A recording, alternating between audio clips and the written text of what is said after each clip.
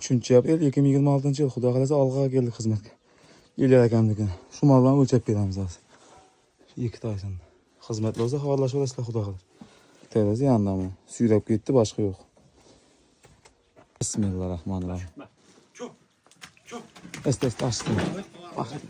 Tadım. Ha, tadım. Tadım. 2 3 Ey malladis. Bol bakın. Birincisi bunda Xudo xolasa. Boş qo'yib turing. Boş qo'ydingizlarmi? 532 kilo keldi. 532 kilo. 31. 31 da qattiq dam olib turibdi-da. 531. Bo'ldi, basta. Bismillahirrahmanirrahim ki. Açtım hadi. Çık ketdi, çık. Bekle qalsın. Ikincisi bunda Xudo xolasa boş qo'yib turibdi. Biber qo'yib tashlab. 491 kilo.